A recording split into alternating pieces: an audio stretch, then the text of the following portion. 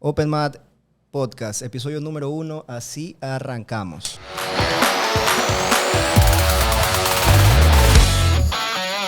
Bueno, así arranca Open Mat Podcast. Mi nombre es Henry Ronquillo, la voz del jiu-jitsu ecuatoriano, como ya muchos en la comunidad jiu-jitsera del Ecuador me conocen. Sin embargo, hoy quiero un poco desprenderme de este papel de comunicador y periodista, específicamente del mundo del jiu-jitsu, para que esto sea más una conversación, ¿no? Me siento muy contento de por fin poder materializar este proyecto que tengo ahí en carpeta desde hace un par de añitos ya, y qué mejor que empezarlo con el génesis, ¿no? Hay que contar la historia del jiu-jitsu acá en el Ecuador, contar la historia de las artes marciales mixtas también, y es por eso que la mañana, tarde, noche de hoy, cuando sea que vean este video, me acompaña The OG, The Original Gangster, el profesor Fernando Soluso Di Piero. Profesor Lu, gracias por acompañarme, gracias por estar aquí, quien es mi primer invitado y quien será también mi co-host en los próximos episodios. Bueno, un gustazo estar por acá y gracias por la introducción. Creo que esto es básico decirlo, ¿no? Profesor Soluso es un personaje supremamente destacado acá en el jiu-jitsu ecuatoriano, más que nada porque fue uno, o por así no decirlo, el que inició el fenómeno del jiu-jitsu deportivo acá en el Ecuador. Entonces, creo yo que vale la pena contar la historia, aunque la historia se ha contado muchas veces, ¿no? Pero ¿por qué no ir al génesis? Profe Soluso, primero hay muchas personas que piensan que Soluso es el nombre del profesor. El profesor se llama Fernando Di Piero. ¿Por qué Soluso, profe? Bueno, algo curioso, ¿no? Es bastante común en el jiu-jitsu brasileño de que se adopten apodos, no, bastante comum também no futebol e na capoeira. E eu, quando era niño, por gritar, no, el kiai, comum em outras artes marciais, eu traía el kiai del judo, que é minha primeira arte marcial. Os colegas começaram a burlar-se, que parecia que eu tinha hipos, no soluço, a tradução de hipo em português. E, bueno, se pegou, não se quedou el apodo. Eu não tenho nenhum problema. Na verdade, muitas vezes uso el apodo incluso para incentivar um aluno, não? Então, a partir desse apodo, não, de Fernando Soluso, fui criando el personagem, esta persona também. Eso es algo muy importante que contar, ¿no? Existe una gran leyenda acá que los mejores apodos en el jiu-jitsu ecuatoriano los ha puesto el profesor Fernando Soluso. Yo también, yo he sido alumno del profesor Fernando y bueno, yo me llamo Henry y mi apodo quedó como Henry por la forma en la que el profesor Solu Agora pronuncia vão ter que suportar isso, porque justo venía pensando, eu hablo Henry, mi mejor pronunciação é a que tenho, não?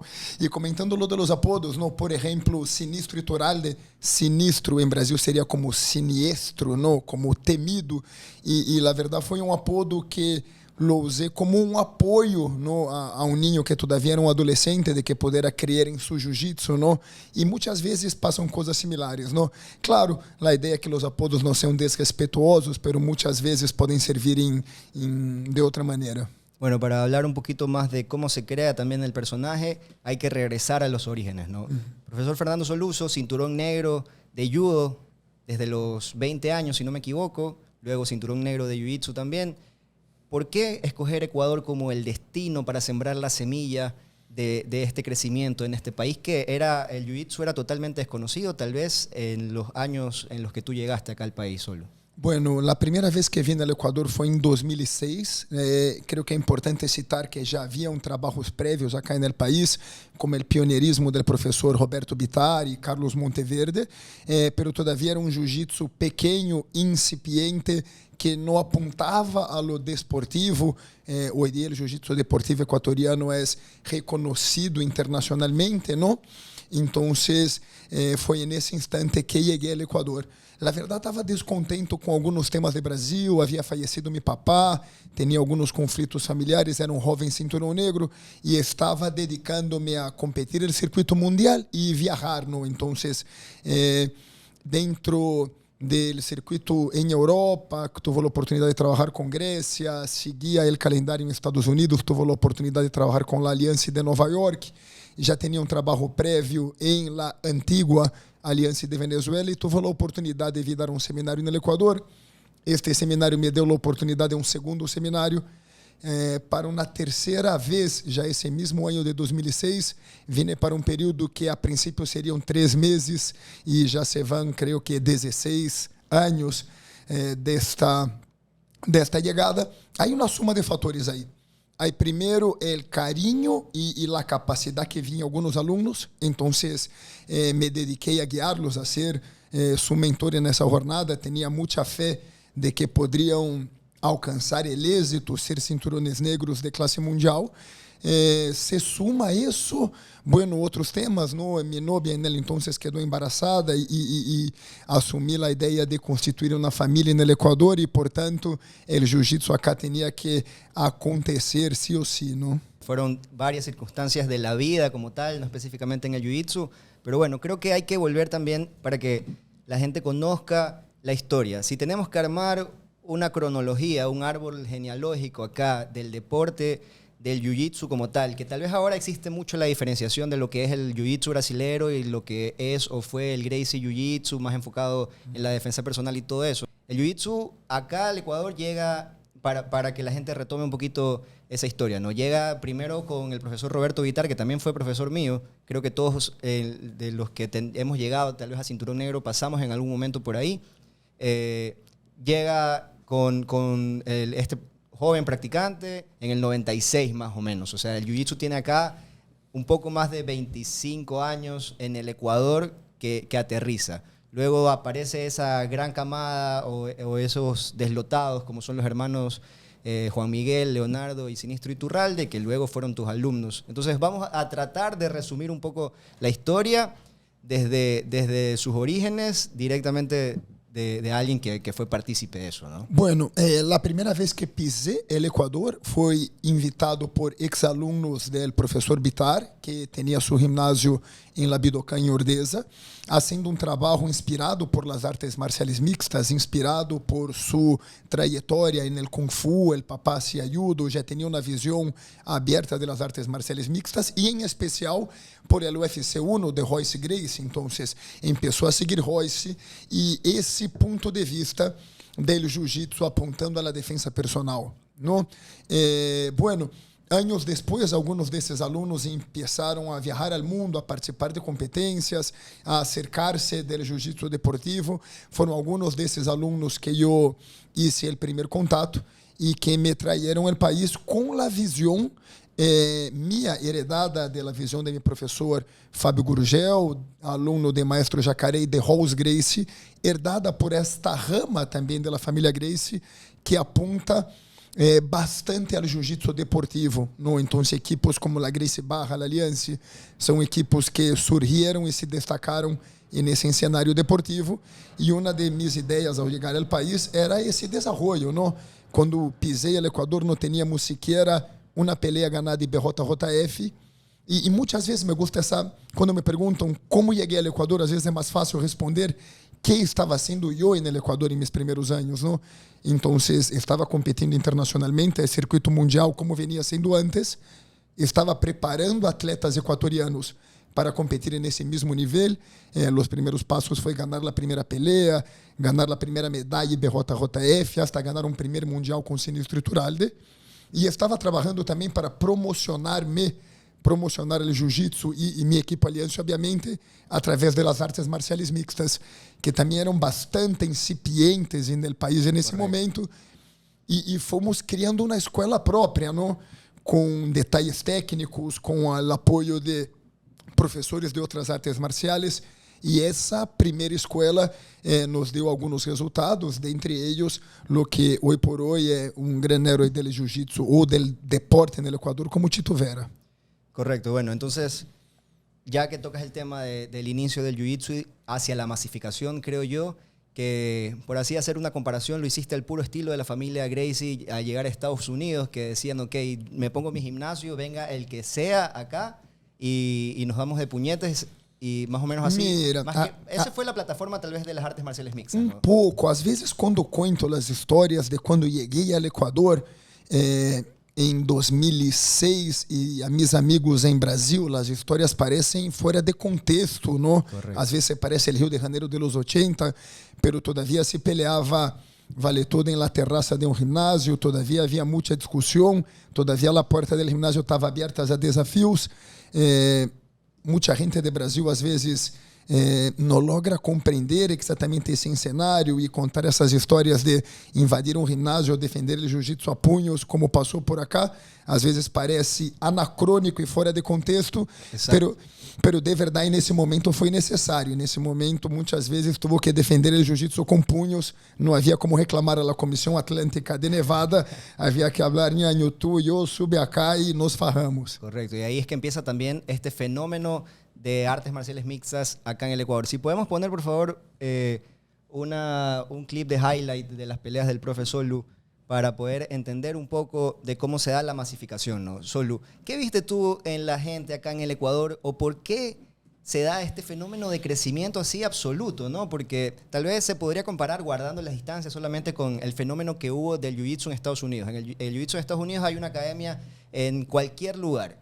Creo que en Latinoamérica, en Ecuador, pasa algo similar, pero ¿cuál fue esa llama que nació de acá, de los ecuatorianos, que dijeron, ok, este deporte me encanta y hay que hacerlo crecer, hay que ir para arriba? Bueno, eu creio que há inúmeros fatores, creio que é distinto de comparar com Estados Unidos. No, Estados Unidos terminou comprando, quase roubando muito talento brasileiro por todo o poder econômico. Creio que tradicionalmente e estruturalmente o Equador é um país que muitas vezes nos dá todo o apoio ao deporte, pero incluso porque o jiu-jitsu termina sendo um deporte privado, porque muitas vezes, e mais ao princípio, nem tanto agora, também tem suas raízes um pouco elitistas, pero há de verdade uma relação especial, muitas vezes hablo isso, entre o jiu-jitsu no Equador. Há uma relação de muito amor, não tenho outra palavra. O equatoriano ele é encantado com o jiu-jitsu. Quantos padres há apoiando seus ninhos, formando futuros campeões, quantos ninhos estão sonhando em ser campeões. Então, temos uma cena muito viva. E eu espero de verdade ter apoiado com isso, porque sou uma pessoa muito apaixonada por tudo isso e espero transmitir esta paixão a mis alunos e a mis atletas, não? Então, espero ter sumado a esta llama, não, de paixão que existe entre o Equador e o jiu-jitsu. E na verdade, princípio, não, em las bases do jiu-jitsu, eu vi alunos muito talentosos e julgo importantíssimo, em algum momento deveríamos entrevistar os Iturraldes, quizás o papá seja uma entrevista mais bacana que os 3 filhos. Okay. Não? E observei muitos talentos em eles. Era um momento que eu buscava realizar-me como atleta, como também como professor, e vi uma oportunidade. Bueno, tenho desde antes uma relação anterior com Latinoamérica, um carinho especial. Quizás seja alguém que não tenha o desejo ou que se sinta tão cômodo de viver em Estados Unidos, por exemplo. Então, foi somando tudo isso para esta raiz, ¿no? Para ese primer momento del jiu-jitsu. Bueno, y también volviendo a ese nacimiento como tal, tú vienes de Brasil compitiendo en el más alto nivel. O sea, hemos visto peleas tuyas en el mat con Roger Gracie, con Lobato Jr., con toda esta gente que tú formabas también parte del equipo élite de competencia de Allianz de Brasil, ¿no? Entonces, ¿cómo también se da o por qué tal vez renunciar a ese entrenamiento élite en Brasil o en Estados Unidos para venir acá donde no había nivel tal vez de jiu-jitsu para tener ese tipo de intercambio y tal vez desprenderse un poco del Soluso como atleta para empezar a ser profesor y tal vez crecer junto a estos primera camada de alumnos que podemos destacar ahí a los hermanos Iturralde, a Chito, que ya vemos en lo que se ha convertido, y a un montón de gente más que también ha conseguido importantes logros, IBJJF a nivel internacional, por ejemplo? Mira, la verdad, cuando me cambié al Ecuador tenía 26 años, 3 años de experiencia competiendo como cinturón negro a nivel mundial. Tuve la oportunidad de luchar algunos domingos entre los 8 mejores del mundo, el Mundial de Jiu-Jitsu, de hacer finales de Grand Slam como del europeo, medallas en Panamericanos y brasileños, algunas de ellas vivendo no Equador e treinando somente com meus alunos. Quizás se estivesse quedado alguns anos mais em Brasil, poderia ter realizado alguns sonhos como peleador, poderia ter, ser campeão de um grande slam, tive a oportunidade de lutar 2 finais ou ter uma medalha de mundial em cinturão negro que não tenho. Então, adelantei um pouco a transição a professor. Na verdade, sempre me vi mais como professor do que como atleta, aunque siga competindo até o dia de hoje. E creio que foi importante fazer essa transição a temprana idade, em um momento em que era capaz de ter alguma experiência também como professor, pero de ter muita juventude e forma física e de poder estar dentro del tatame com os alunos. Então, essa primeira geração de alunos são mis alunos, pero também são mis colegas, não? E terminam me colocando em uma posição de que, às vezes, as pessoas creem que sou maior por tantos anos de trabalho no jiu-jitsu do Equador, ou ao revés. Quantos anos tem Soluço ahorita? 43. Ou ao revés, eu estava comentando o número de cinturones negros que tenho ascendidos no mundo, não? Sua grande maioria no Equador, a um colega em Brasil, e me quedei com a impressão de que creio que eu estava mentindo.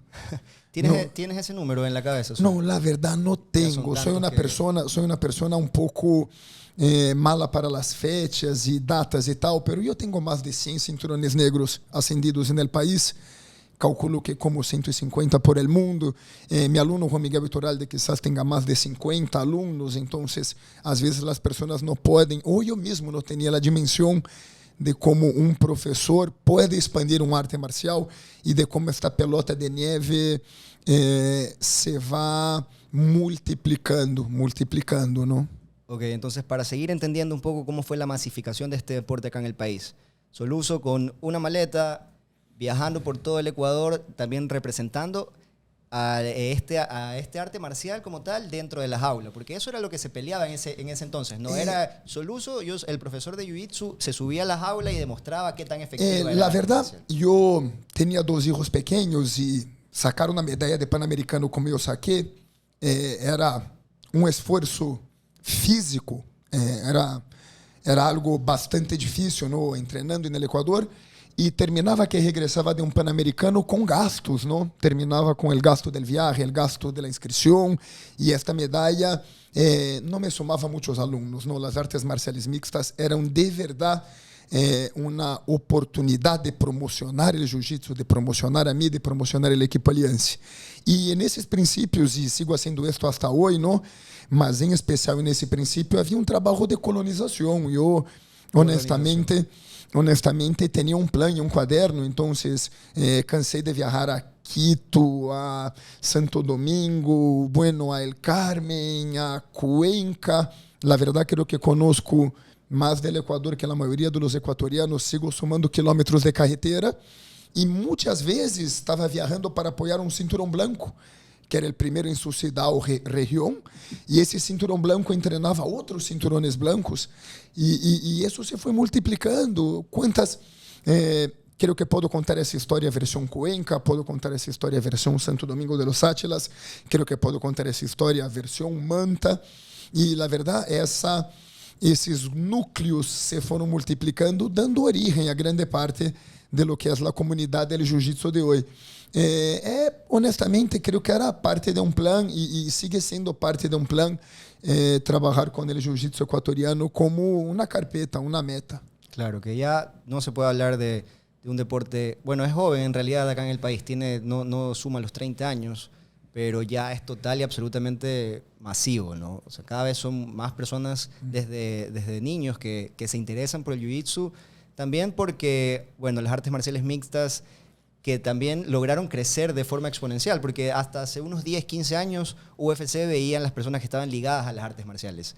Luego ya con el internet, con lo más divertido que era ver una pelea de UFC y ver a dos tipos dándose puños, se hizo lo que creció UFC como tal, por ejemplo. Hay un montón de cosas, pero creo que algo importante, algo bastante importante es los ejemplos o la visibilidad que algunos campeones nos dieron. Entonces, desde el primer mundial, cinturón juvenil azul de Sinistro Turalde, al título de campeón del mundo de Johnny Tama, a toda la visibilidad, yo honestamente creo que nadie tiene la visibilidad que tiene Tito Vera hoy por hoy en el Ecuador, quizás la selección de fútbol, pero divididos por 11 no alcanzan la visibilidad que tiene Tito. Entonces, los buenos resultados de los atletas também foi generando, ¿no? essa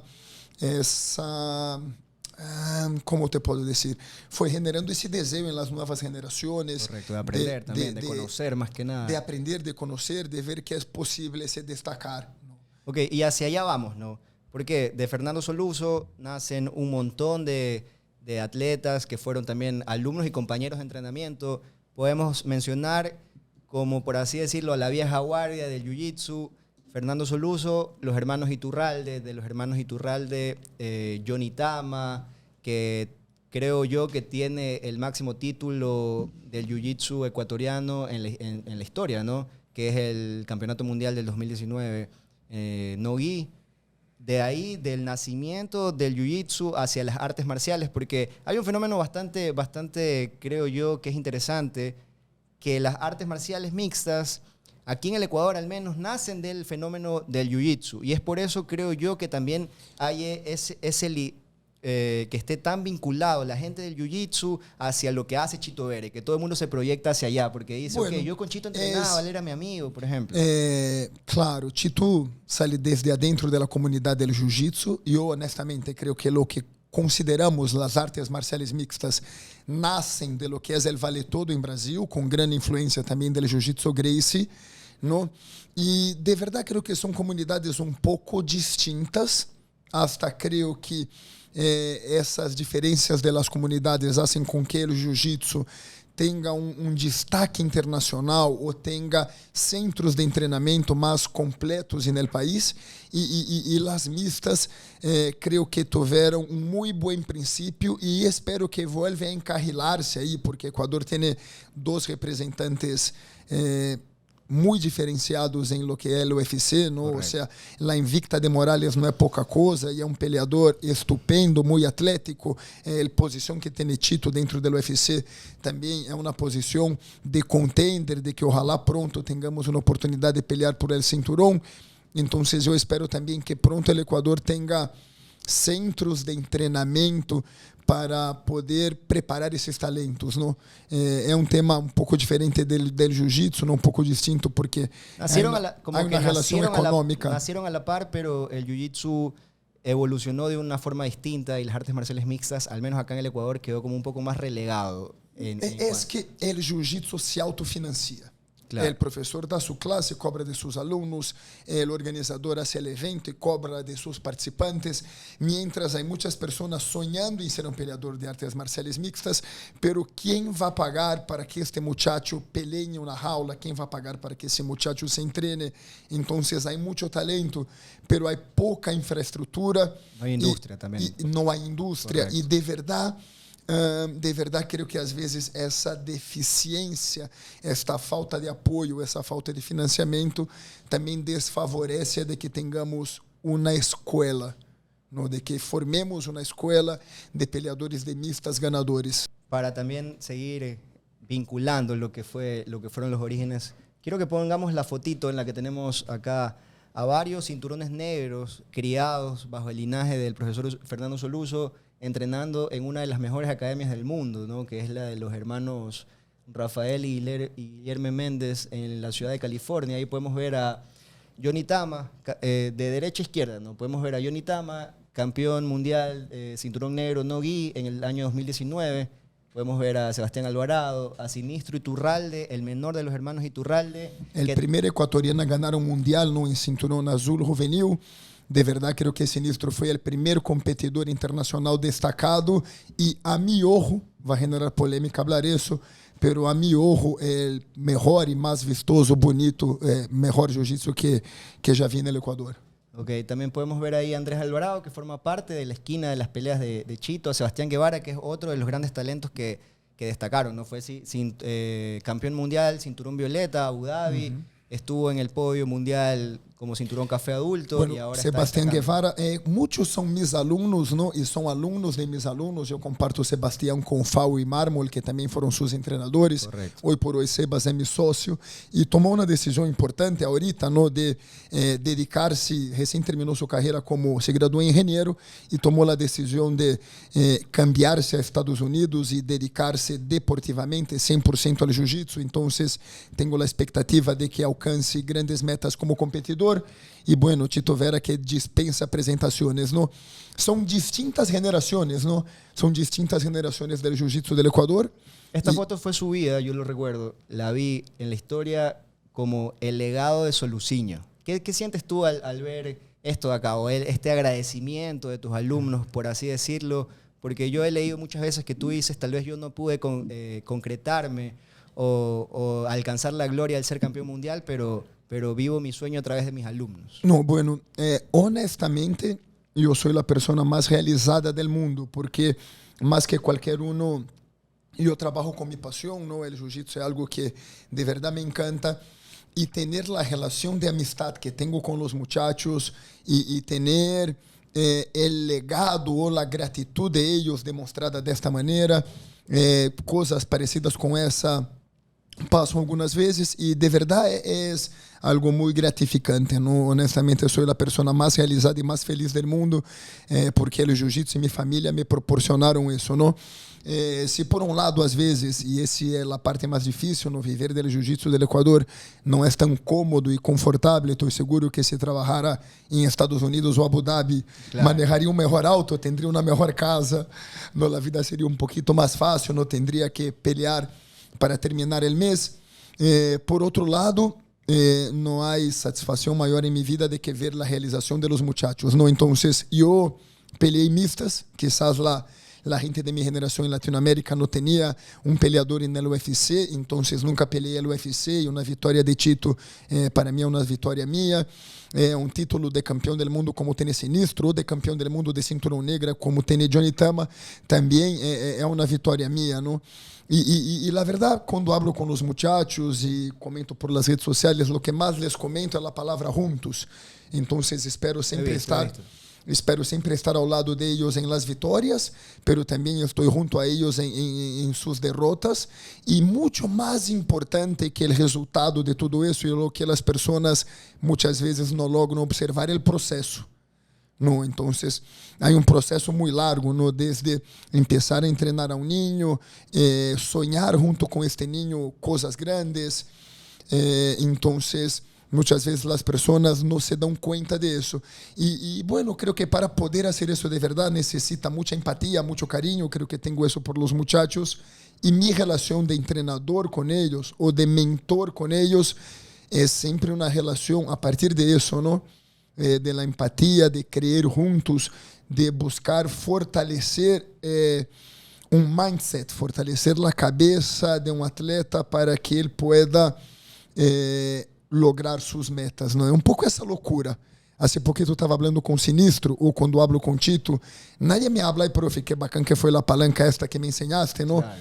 Creo que cuando me hablan de recuerdos y lo que me habló Sinistro era, bueno, ¿qué tan loco eras tú de preparar un muchacho que en un país fuera del circuito para pelear un mundial de juvenil azul, como él fue preparado y fue bicampeón mundial juvenil azul?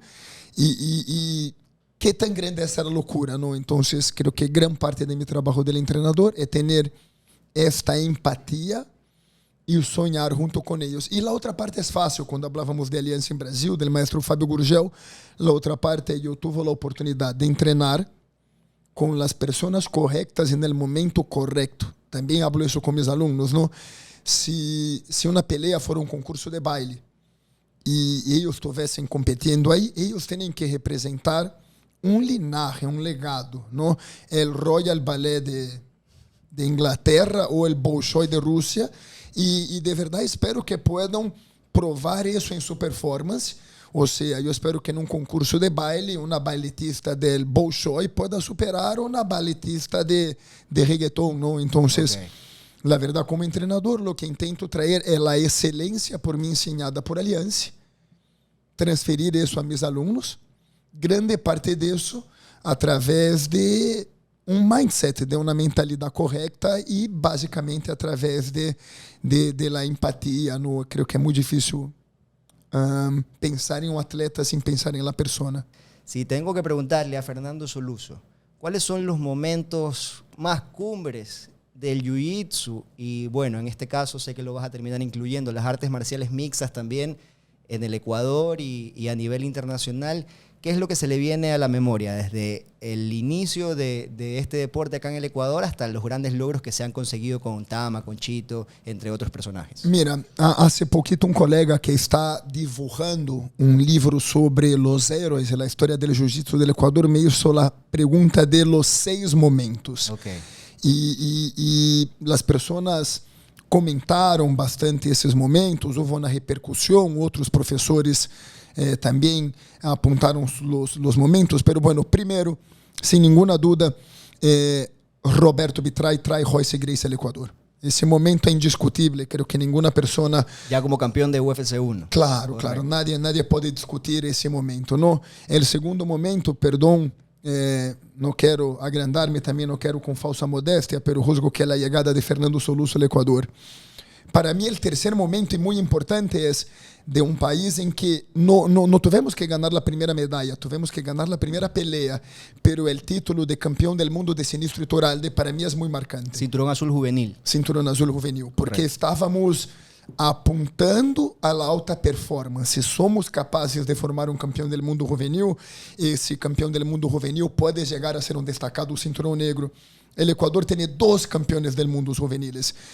Sinistro e Toralde de Roberto Jiménez. Claro. Já que toquei no nome de Roberto, quando falei 6 pontos, eu não citei Roberto, e fui muito criticado por isso. Roberto, para mim, é o peleador mais talentoso da história do Equador, e eu espero de que, com todo esse talento, ele pueda concretar, é mais que sua meta, é seu destino, ser um campeão do mundo, um campeão da DCC, não? Pero quando eu apontei 6 pontos acá, bueno, me olvidei, eu quedou de afuera, quedou de 7º ponto, e muitas pessoas criticaram isso. Alguns apontaram como a classificação de Roberto a Abu Dhabi sendo campeão em Brasil como um grande momento. Bueno, creio que é de verdade um momento relevante, sim, pero em minha primeira lista não havia apontado isso. Bueno, o terceiro momento para mim, e é um momento muito importante, também foi discutido, é o ascenso de Leonardo Iturralde. Quando acendo meu primeiro cinturão negro no país, quando acendo um cinturão negro é quando juzgo que este indivíduo pode ser um eslabão mais na cadena. Ou seja, o ascenso de Leo Iturralde para mim significa de que a excelência por mim é a excelência aprendida dentro da aliança, transmitida a mim, foi transmitida a Leo, e Leo quizás não me necessite mais para ser essa pelota de neve e multiplicar. Então, para mim, o cinturão negro de Leo Iturralde significa o passo de conhecimento, significa essa transmissão de conhecimento, em que o Equador tem um cinturão negro desta qualidade, capaz de multiplicar o trabalho. Já não é só um, já são muitos, mas creio que é um momento importante. Bueno, em quarto ponto, o fenômeno Tito Vera, por toda a popularidade, por todo o que isso traz ao Equador. O quinto ponto, brutal e algo que poderia tardar-me toda a vida para realizar e que poderia nunca ter logrado realizar, é ter um campeão do mundo equatoriano. Correcto. Si podemos poner acá también, por favor, el video de campeón del mundo de Johnny Tama. Bueno, mientras lo tenemos en pantalla, ese es uno de los momentos también más cumbres, ¿no? ¿Cómo vive Fernando Soluço? Que tal vez Tama no fue directamente 100% todo el tiempo tu alumno, ¿no? Porque es alumno de Juan Miguel, que es tu primera camada, tu parte del linaje. Pero ¿cómo vive un momento como este, Fernando Soluço, en una final del mundo en el que uno de sus alumnos, a quien él vio también crecer durante todas las cintas, compitiendo acá en los torneos locales, nacionales, se consagra como campeón del mundo, IBJJF negro en la máxima categoría competitiva, ¿no? Bueno, la verdad, eso es algo brutal, es algo que, como eu comentei, que podría tardar toda una vida o que nunca se concretar. Tener un campeón del mundo del Ecuador es prueba de que de verdad podemos de ese nivel, ¿no? Creo que hay que pensar lo que hizo Tama más que los demás. Creo que algunos atletas quizás sean hasta más talentosos, pero Tama se esforzó a más, pagó los precios necesarios para ser campeão do mundo, e de verdade celebro este campeonato como se fora meu campeonato. Tama, ele é meu aluno, como é aluno de Juan Miguel, como é aluno de Leo, como também é discípulo e treina muito com Sinistro Iturralde.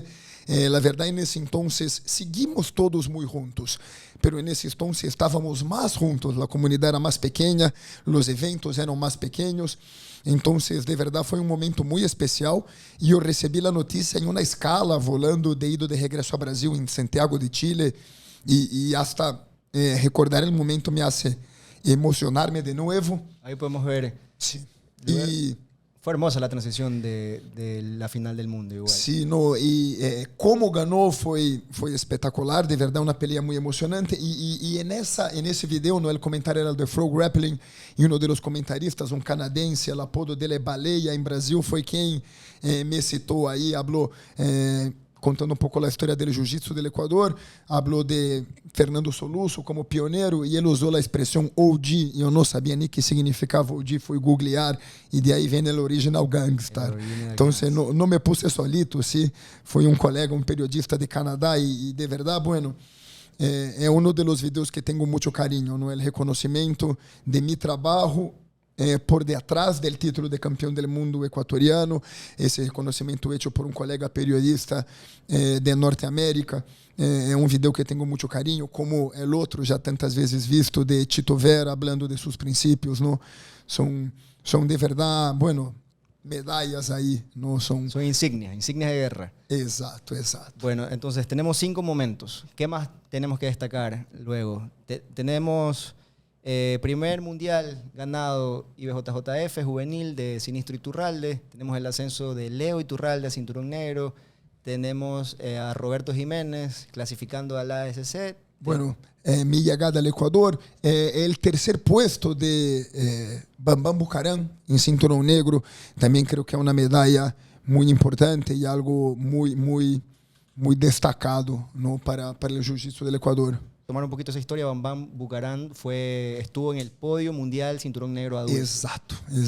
El primero se logró la primera medalla de mundial con Sinistro, ¿no? Francisco Sinistro Iturralde, en cinturón azul juvenil. Ahora la primera medalla en cinturón negro adulto fue Jorge Elías Bambam Bucaram.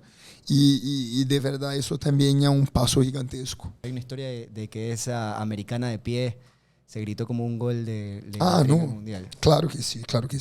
Bambam tenía un juego muy particular, ¿no? Él entraba pateando de gancho para la guardia en X, de la guardia en X era muy habilidoso subiendo para concluir esa raspada, pero también de la guardia en X tenía un ataque a la palanca americana de pie. Entonces, cuando él se clasificó a la semifinal del mundial, garantizando una medalla para el Ecuador, en realidad fue una gran celebración. Yo creo que ustedes pueden entender cuando se celebra una victoria de Tito en el país y cosas de esta proporción, ¿no? ¿Cuántas veces celebramos vitórias nuestras ou de las artes marciales mixtas acá en el país? Me recuerdo de Peter Torres, un peleador de artes marciales mixtas de la primera camada del Carmen Manabí, ganando una pelea del evento de Nova União, filmado en el BOP en Brasil, y que tan emocionante fue ganar una pelea contra todos los prognósticos y saber cómo estábamos haciendo el trabajo acá con los recursos limitados. Entonces, bueno, cada uno de esos eventos es siempre algo marcante para la comunidad. Bueno, y para también ir un poco hacia lo que mencionaste, ¿no? El fenómeno Chito Vera. Yo siempre lo hablo y lo llamo de esa forma porque, bueno, yo tuve la oportunidad de asistir a cubrir una pelea de Chito, ¿no? Estuve en San Antonio, lastimosamente cayó derrotado ante Cory Sanhagen, pero yo pude evidenciar un fenómeno que no lo había visto nunca antes. La pelea de San Diego fue un espectáculo. No tenía el video acá de cuando Chito ganó. Bueno, después de la pelea no logré verlo en camarinos, pero la multitud... Tenemos una foto ahí también de Fernando Soluço y Chito juntos. La gente celebraba en el Coliseo, era salvaje la celebración. Por falta de coordenación para un grito de celebración, se insultaba en malas palabras con acento guayaco. Claro. El papá de Chito era cargado en los brazos pela multitud. De verdad fue un momento muy especial. Se siente bastante cercano Chito triunfando a la comunidad del jiu-jitsu porque, bueno, sus orígenes, sus inicios en las artes marciales como tal fueron en el jiu-jitsu. Entonces yo estuve presente en la pelea en San Antonio y yo vi un fenómeno nunca antes visto, que era una afición entera sin importar nacionalidades, ¿no? Porque era la minoría éramos ecuatorianos allá, pero veíamos mexicanos con la bandera de Ecuador gritando "Arrecho Ecuador". Veíamos literal. Veíamos a los gringos volviéndose locos por Chito. Eran 16.000, 17.000 personas en ese coliseo. guardando las devidas palabras, ¿no? Cuando ganó Chito, la gente gritaba, los gringos gritaban Chito, Chito con el acento gringo, pero la gente gritaba en el Coliseo, chucha tu madre, si se pudo, arrecho Chito. No sé, los gringos ni entendían lo que gritábamos, pero gritaban juntos. Y eso hace parte de la colonización también de la que hablábamos, ¿no? En este caso es la colonización de un atleta ecuatoriano triunfando, más que nada, se celebran los pequeños logros. No tengo otra palabra, es la construcción de un héroe. Correcto. Es la construcción de un héroe deportivo y de verdad me parece muy merecido porque, bueno, además de todo el talento y de todo el trabajo que pone Chito, yo siempre voy a verlo como un papá. Yo creo que él pelea y él es un atleta dedicado porque antes de más nada él es un papá que está trabajando para su familia. Correcto. Entonces, él despierta en las mañanas a trotar para dar una mejor vida a su familia y creo que ese es su ejemplo. Quizás pueda ser polémico en algunas opiniones, que también creo que soy bastante polémico en algunas opiniones, pero creo que por detrás de todo eso hay un peleador en altísimo nivel, hay un peleador que siempre mejora y creo que lo más admirable es que el ser humano que está por ahí, él no está peleando por ninguna otra razón que no sea su familia.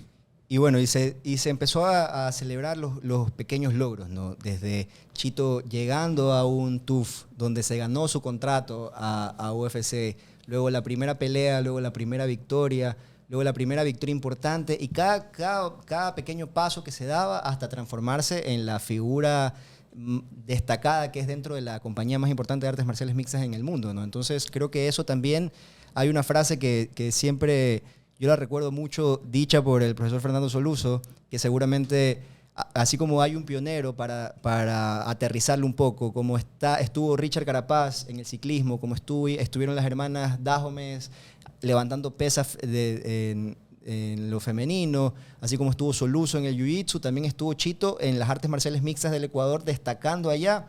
Y hay una frase que yo siempre recuerdo del profesor Fernando Soluzo, que es lo que diferencia a un genio, a un loco de un genio. Ah, claro, esa es de mis favoritas, ¿no? Bueno, la verdad ando siempre con mis locuras, ¿no? Y siempre molesto y pregunto a la gente cuál es la diferencia, ¿no? Del loco y del genio, y tengo muy claro que la diferencia es el éxito, ¿no? Si tú haces algo fuera del común y te va mal, eres loco. Si haces algo fuera del común y te vas bien, eres un genio. Entonces, esta es parte de mi filosofía como entrenador y mi filosofía de vida, ¿no? Hay que estar apegado al éxito, hay que trabajar, ¿no? El éxito rentado, ¿no? Uno no lo tiene, uno trabaja por él todos los días. Uno tiene que trabajar con afinco por el éxito, porque esa es la diferencia entre el genio y el loco, y de verdad espero ser genio, no loco. Bueno, o hay que tener algo de loco, siempre hay que mantenerlo vivo en todo caso, ¿no? Bueno, entonces Chito convirtiéndose en un fenómeno mundial. Luego de Chito Vera ingresa un nuevo ecuatoriano también a UFC, y también creo que esa apertura de él, no solamente ganando peleas en UFC, sino también ya convirtiéndose en una figura importante, dio la apertura a que muchos ecuatorianos que estaban haciendo un trabajo acá, tal vez independientemente, como una camada grande de peleadores ecuatorianos que está ahora entrenando en México y que se les da la apertura, yo creo que también viene a partir de ese trabajo, ¿no? Entonces ahí llega Michael Morales, que también es un peleador fenomenal. Claro, el Ecuador creo que no debe ni se mal acostumbrar, porque creo que Michael y Chito son peleadores excepcionales. Hay una camada muy buena de peleadores que debería llegar pronto al UFC o a grandes ligas de ecuatorianos. Bueno, hay otros colegas de Latinoamérica en alto nivel también que intento acompañar, ¿no? Mexicanos, peruanos. El punto es, me gustaría de que tengamos una infraestructura de la calidad del Entrem Gym, donde entrena Michael Morales en Tijuana, en el Ecuador. Creo que eso todavía es una deficiencia que tenemos en el país para los atletas de mixtas. Y bueno, hablando un poquito de Chito, de Michael, ¿no? La verdad ese es nuestro primer episodio, ¿no? del Open Mat Podcast, y la idea es poder tener esos colegas, ¿no? Trabajar con la comunidad del Jiu-Jitsu como comunidad de las mixtas. Entonces esperamos lo más pronto posible tener Chito Vera, Michael Morales, Roger Gracie viene al país, ¿no? Estamos los dos a cargo de promocionar el seminario de Roger Gracie en el país. ¿Cuándo es el seminario, profe? 17 de septiembre. Roger Gracie, 10 veces campeão del mundo. Eu subi um vídeo que ele me finaliza. Nenhum problema de perder para o melhor del mundo, ¿no? Si el mejor de la historia, considerado el GOAT del Jiu-Jitsu. Mira, eu subi um vídeo em que sou ahorcado por Roger Gracie. Lo subi com orgulho, ¿no? Si juegas el tenis e perdiste para Federer, si boxeas e te dejaron boxear com Ali, que mais te digo? Si jugaste el básquet e te dejaron jugar em contra de Michael Jordan, algo tuviste que hacer para que te dejassem no enfrentar um adversário desse nível.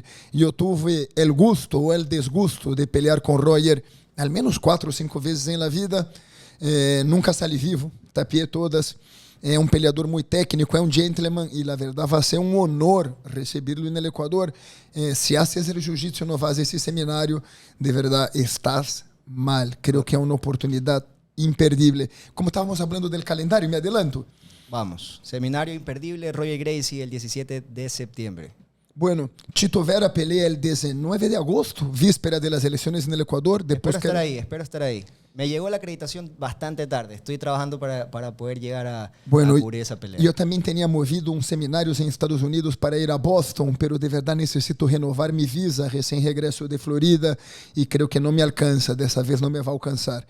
Bueno, depois, el Nova Jiu-Jitsu, el 9 de septiembre en Guayaquil, el seminario de Roger Gracie, ya comentamos, ¿no? El 19 de septiembre en Guayaquil, y el 23 de septiembre el circuito ecuatoriano sin kimono en Quito, son nuestros próximos eventos. Solo escapando un poquito del tema, porque la idea es siempre hablar de Jiu-Jitsu y artes marciales mixtas, pero como hablamos de Chito y su pelea, ¿no? En la víspera de las elecciones del Ecuador, yo tengo una campaña. E quero hasta que essa campanha chegue a Chito Vera, que é a campanha del sí al Yasuni, ¿no? Muitas pessoas às vezes pensam, não, importante é o petróleo que vai generar riqueza para o país. Miremos que tanta riqueza ou poluição generou o petróleo na história do Equador. E de verdade não é que estamos protegendo toda a Amazônia, não, estamos dando dentro do Parque Nacional uma pequena reserva que não se poderá explotar o petróleo, uma reserva biológica que estou seguro que com o passar dos anos, com o passar do ciclo, de ciclos, vai ter muito mais valor para o país de que qualquer explotação petrolera, bueno, em geral multinacionais e que vocês já sabem todo o que isso genera de contaminação no país, não? Então, acá em la campanha del sí para a preservação del Yasuni. E também, não, pedindo apoios à comunidade, acá um pedido personal a Chito Vera de que alce la voz por el Yasuni também. Gracias por darle cabida a que nazca este espacio Open Mat Podcast, un espacio que he querido materializar ya hace bastante tiempo y por fin lo estamos logrando gracias a Óptica Hill, que nos ha dado el apoyo por estar. Ahí está el profesor Luz, el modelo oficial de los lentes de Óptica Hill. Y también, bueno, a Monster, que está acá con presencia de marca, Monster Ecuador, que también nos ofrece estas ricas bebidas energizantes que como atletas las necesitamos eventualmente. Y bueno, creo que las palabras de despedida del profesor Fernando Soluzo. Bueno, la verdad espero que sea el primero de muchos. La idea es poder apresentar o programa junto com Henry e de que tenhamos acá uma apertura, ¿no? uma vitrina para o jiu-jitsu e as artes marciais mixtas en el Ecuador e en Latinoamérica. Espero que passe acá por essa mesa com nós outros, os grandes peleadores, os treinadores e de que tenhamos a oportunidade de levar a toda a comunidade toda essa informação.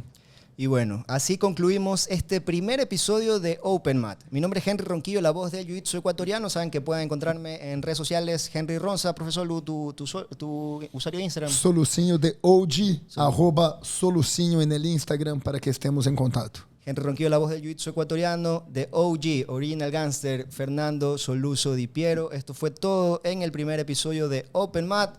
Cerramos ahí con un brindis, profe. Nos vemos a la próxima. ¡Os!